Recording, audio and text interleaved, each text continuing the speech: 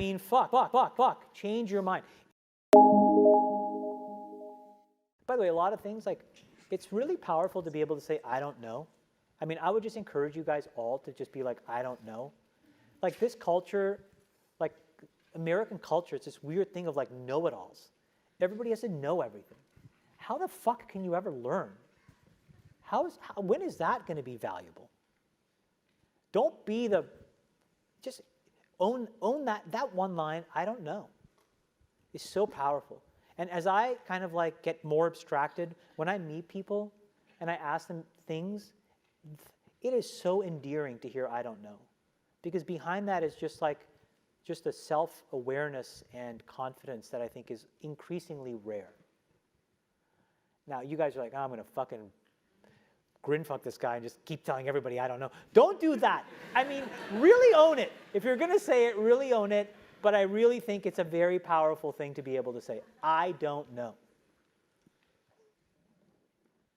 Hi, my name is Vithushan, and I'm a first-year MBA student. I'm also a Canadian who went to Waterloo, and my first job was at Burger King. So I really see you as a role model. You're like my fucking brother. I mean, well, literally, you look like me too. It's crazy. It's the weirdest thing.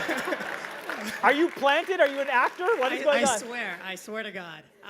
Well, you're really freaking me out right now.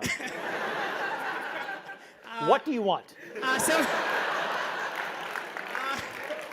So my question for you is, a couple years ago at an event at HBS, you mentioned that MBA students are typically at a disadvantage with respect to getting capital if they pursue entrepreneurship. Do you think that still holds true today? And if so, that's a perfect example of me, before CAS, which Dean Levin talked about, expressing my bias. And I think part of my bias came from my insecurity about not having a grad degree. Part of my bias was like looking at people like you saying, wow, I just feel inferior to folks like you. I've felt for huge amounts of time. And so it's a perfect example where even though I can say it, what I said at that HBS thing was me just spouting off, making myself feel better about my biases. And what I would tell you today is, it can matter, it doesn't matter. I would rather say that there are ways of figuring out how valuable you are that are independent of those traditional signals, whether you have them or not. So I would say today I've changed my mind. But by the way, that's another thing. Changing your mind is so powerful. I mean, fuck, change your mind. It makes for really, really, really bursty, difficult marriages at times.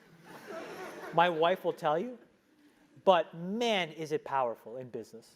Change your mind all the time.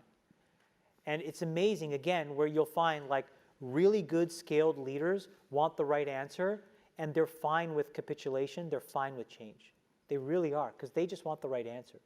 And then you just get so invested in an answer. And then you build up all of this superficial logic to reinforce it versus saying, I don't know, oh, you know what, I changed my mind. Wow, another powerful thing, I think. I change my mind all the time.